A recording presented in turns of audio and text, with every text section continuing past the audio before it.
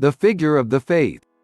The celebrated English convert to the Catholic faith, G.K. Chesterton, tells what Mary meant to him before his conversion.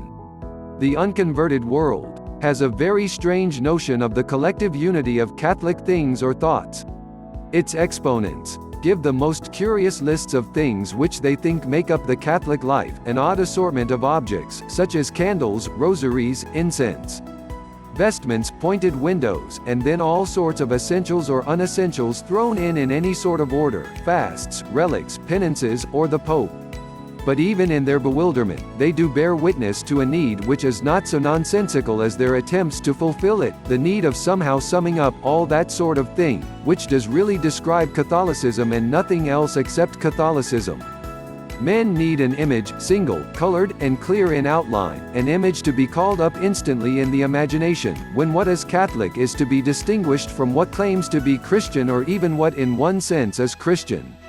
Now I can scarcely remember a time when the image of Our Lady did not stand up in my mind quite definitely, at the mention or the thought of all these things.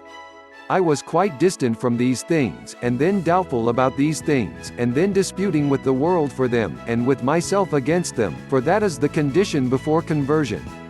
But whether the figure was distant, or was dark and mysterious, or was a scandal to my contemporaries, or was a challenge to myself, I never doubted that this figure was the figure of the faith, that she embodied, as a complete human being still only human, all that this thing had to say to humanity. The instant I remembered the Catholic Church, I remembered her. When I tried to forget the Catholic Church, I tried to forget her. G.K. Chesterton, Mary and the Convert, the Well and the Shallows in God's Presence, consider. Have I had an experience similar to that of Chesterton, in that Mary embodies and sums up in some way all that is distinctive about the Catholic faith? Why does Mary play that role for so many Catholics and non-Catholics alike? Closing prayer. From a prayer of Venerable Pope Pius XII, O Virgin, fair as the moon, delight of the angels and saints in heaven, grant that we may become like you and that our souls may receive a ray of your beauty, which does not decline with the years but shines forth into eternity.